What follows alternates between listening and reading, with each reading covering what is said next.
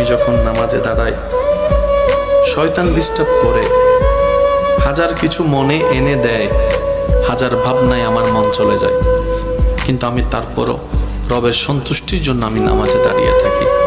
অনেক সময় আমার সূরা ভুল হয়ে যায়, আয়াত ভুল হয়ে যায়, অনেক সময় তো এমনও হয় 2 রাকাত পড়ছি কিনা 3 রাকাত পড়ছি এই টেনশনের মধ্যেও চলে যায়। অনেক সময় এমনও হয় নামাজ পড়া অবস্থায় অজু কি আছে না নাই, ভেঙে গিয়েছে মনে হয়, এই টেনশনও পড়ে যায়।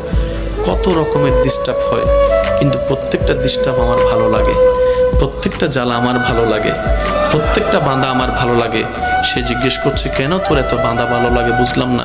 বলে যে প্রেমের মধ্যে বাঁধা নাই সে প্রেম কখনো জমে না, যে প্রেমের মধ্যে কখনো বাঁধা হয় না সে প্রেমের মধ্যে আকর্ষণ বাড়ে না।